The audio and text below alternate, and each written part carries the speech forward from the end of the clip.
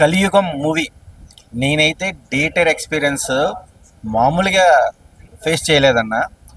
Photography చూస్తుంటే కనుక అవసరం అనిపించింది. ప్రొడక్షన్ వాల్యూస్ కూడా 100 కోట్లు పెట్టే సినిమాకి ఎంత క్లారిటీ ఉంటుందో ఈ సినిమా ఫోటోగ్రఫీ కూడా అంత క్లారిటీ. Visuals main. రెండో ప్రపంచ యుద్ధం అయిపోయి మూడో ప్రపంచ యుద్ధం జరిగితే కనుక 2026లో మనం ఏ దుస్థితిని ఫేస్ చేస్తామో కల్లో కూడా ఊహించకూడదు. కానీ ఈ సినిమా చూస్తే కనుక ఆకలికి, ఆశకి, బతుక్కి, పోరాటానికి ఎట్లా కొట్టుమిట్టాడాలి. అసలు కొన్ని విజువల్స్ చూస్తుంటే కనుక, బ్యాక్గ్రౌండ్ మ్యూజిక్ చూస్తే కనుక, వింటుంటే నాకైతే కనుక మైండ్ బ్లాక్ అయిపోయిందన్న.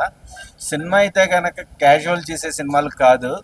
మనం రియల్గా ఫాస్ట్ అనేది మన బ్రెయిన్లో ఉంటే మనం ఎంత జాగ్రత్తగా తీసుకోవాలి ఇప్పటి నుంచి అనేది ఒక మంచి మెసేజ్ అనేది డైరెక్టర్ ప్రమోద్ గారు ఎక్సలెంట్గా చూపించారన్న. ఇలాంటి సినిమాలు చాలా వేరుగా వస్తాయి. యాక్చువల్గా సోషల్ ఫ్యాంటసీ థ్రిల్లర్లో బ్యాక్గ్రౌండ్ మ్యూజిక్కి ఒక కిస్ట్ అయితే, ఇంటర్వెల్ బ్యాంక్ ఒక కిస్ట్, క్లైమాక్స్ ఎండ్ అయితే కనుక అవసరం అన్న. అంటే పోరాటం అనేది మనం పోరాడితేనే గెలుస్తాం అనే పదానికి ఒక మంచి మెసేజ్ ఇచ్చారు వాచబుల్ మూవీ. ఆయన ఇప్పుడే కలియుగ 2064 సినిమా చూశాను. సినిమా విషయంకి వస్తే చాలా అంటే చాలా బాగుంది. అంటే భవిష్యత్తులో మూడో ప్రపంచ యుద్ధం జరిగిన తర్వాత మనుషులు తిండికి నీళ్ళకి ఇలా కరువు వస్తుంది, అది దానికోసం మనుషులు ఎందుకే చెప్పుకుంటారని సినిమా బాగా చూపించారన్న. చాలా అంటే చాలా నచ్చింది. ఒక మైండ్ ట్విస్ట్ ఉంటుందన్న. ఇంటర్వెల్ అసలు వేరే లెవెల్ చెప్తున్నా. అయితే అసలు ఊహించలేము ఎవరే కానీ. సినిమా అయితే చాలా బాగుందన్న. అంటే 100 కోట్లు పెట్టి సినిమా కూడా విజువల్స్ అలా చూపించారు. ఈ సినిమాలో అంత బాగా చూపించారన్న. అసలు ఇంకా ఫోటోగ్రాఫర్ రామ్ చరణ్ గారు అయితే, సినిమా ఫోటోగ్రాఫర్ రామ్ చరణ్ గారు అయితే దండం పెట్టాలని చెప్తాను. అయితే అంత బాగా చూపించారన్న. ప్రమోద్ గారు డైరెక్టర్ చాలా బాగా డైరెక్షన్ చేశారు. చాలా అంటే చాలా బాగా నచ్చింది. ఒక కొత్త పాయింట్ ఉన్నా అసలు ఇంతవరకు మనం చూడలే. అంటే మనం కలిగి చూసాము. ఇప్పుడు మన ప్రభాస్ గారు ఆ రేంజ్ లో ఉంటుంది విజువల్స్ అయితే. అంత బాగా నాకు నచ్చింది. సినిమా అయితే చాలా అంటే చాలా బాగుందన్న. ప్రతి ఒక్కరు సినిమా ఆదిత్యని కోరుకుంటున్నా. థ్యాంక్ యూ అన్న. ఇప్పుడే చూశాను కలియుగం 2064. అంటే సినిమా టైటిల్లోనే ఉందన్నమాట. అసలు భవిష్యత్తులో ఏం జరిగింది, ఒక మూడో ప్రపంచ యుద్ధం జరిగిన తర్వాత మనుషులు ఎలా ఉంటారు, కష్టాలు, కరువులు ఎలా ఉంటాయి అనేది చాలా క్లియర్గా చూపించారనమాట థియేటర్లో. డైరెక్టర్ గారు చాలా విజన్తో తీశారనమాట. ఒక 100 కోట్ల బడ్జెట్ పెట్టినా కానీ ఇలాంటి విజువల్స్ కానీ ఇలాంటి సినిమా అయితే రాదు ఖచ్చితంగా, అందులో నో డౌట్ అనమాట. చాలా అంటే చాలా క్లియర్గా తీశారనమాట. కంటెంట్ పరంగా కానీ, బ్యాక్గ్రౌండ్ మ్యూజిక్ కానీ, అందరు యాక్టర్స్ పర్ఫార్మెన్స్ కానీ చాలా అంటే చాలా బాగుంటుంది. మెయిన్ ప్రొడక్షన్ వాల్యూస్ అయితే చాలా మంచిగా పెట్టారనమాట. ఈ సినిమాకి ఎంతైతే కావాలో అంత. సో అందరూ చాలా కష్టపడి తీశారు.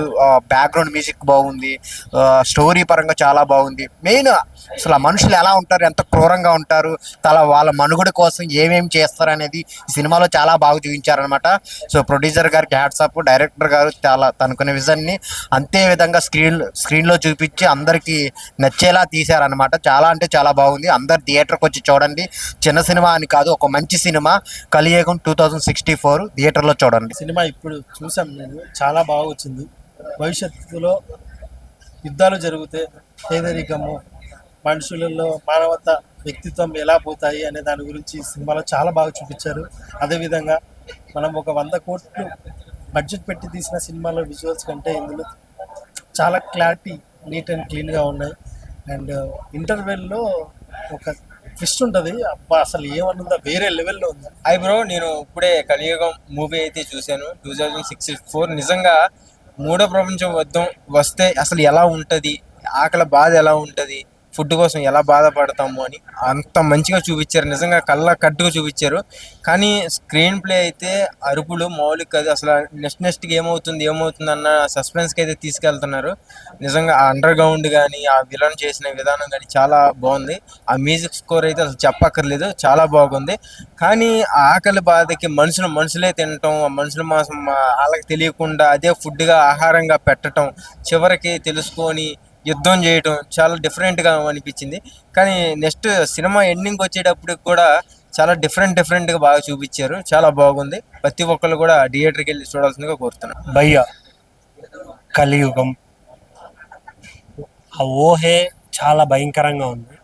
బట్ ఈ సినిమా చూసిన తర్వాత చాలా భయాలు స్టార్ట్ అయ్యాయి నాకైతే. వరల్డ్ వార్ 3 జరగడం, దాని తర్వాత ఎవరికి తినడానికి తిండి లేక మనల్ని మనమే చంపుకొని తినేంత స్టేజ్కి వెళ్ళిపోతామా అనే అన్ని డౌట్స్ వచ్చేసాయి నాకు ఈ సినిమా చూసిన తర్వాత. మెయిన్గా శ్రద్ధా శ్రీనాథ్ గారు ఏదో గ్లామర్ రోల్ చేస్తారు, అందంగా ఉంటారు అనుకున్నాను. కానీ బట్ ఇలాంటి ఒక కంటెంట్ ఓరియంటెడ్ మూవీ చేయడం అనేది చాలా హ్యాపీగా అనిపించింది. ఇంకోటి ఇందులో చేసిన విలన్ క్యారెక్టర్ అయితే చాలా అంటే చాలా బాగా చేశారు. అసలు రియల్గా ఇలాగే ఉండబోతుందా అనే అంత ఇమాజిన్ చేసుకునేలాగా చేశారు వాళ్ళైతే. చాలా భయం వేసింది బేసిక్గా, మరి ఇలా ఉండబోతుందా, ప్రతి ఒక్కడికి ఇలా చేయబోతారా, ఏంటి ఏమైపోతుంది అనే ఆలోచన అయితే నాకు అనిపించింది సినిమా చూసిన తర్వాత. బట్ ఇలా జరగకపోతే బెటర్ అని నాకు అనిపిస్తుంది.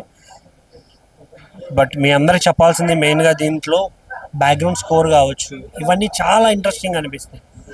వాళ్ళు చూపించిన విధానం, వాళ్ళు చేసిన యాక్టింగ్ చాలా ఇంటెన్సివ్గా చేయడం అనేది చాలా చాలా చాలా బాగా అనిపించింది. సో థియేటర్కి రండి ప్రతి ఒక్కరు.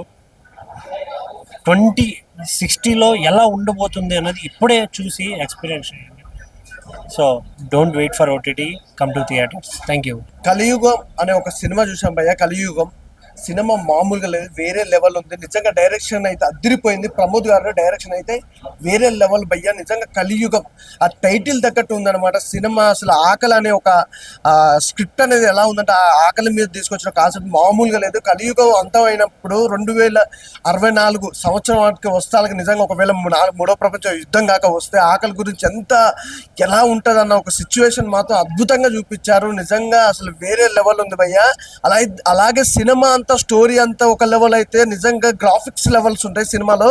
నెక్స్ట్ లెవెల్ గ్రాఫిక్స్ లెవెల్స్ అనమాట. విజువల్స్ అయితే వేరే లెవెల్లో చూపించారు. నిజంగా చాలా సినిమాలలో గ్రాఫిక్స్ చూస్తాం కానీ ఇందులో గ్రాఫిక్స్ అయితే చాలా న్యాచురల్కి చాలా దగ్గరగా తీసుకొచ్చారు. ఎవ్రీథింగ్ చాలా బాగుంది. ప్రొడ్యూసర్ గారు నిజంగా రామకృష్ణ గారు అయితే హైలైట్ సార్. మంచి సినిమా, మంచి కాన్సెప్ట్కి మాకు అందించారు. అలాగే బ్యాక్గ్రౌండ్ మ్యూజిక్ కానీ, ఆర్ఆర్ కానీ, ప్రొడక్షన్ వాల్యూస్ కానీ చాలా రిచ్గా అనిపించాయి, చాలా బాగుంది.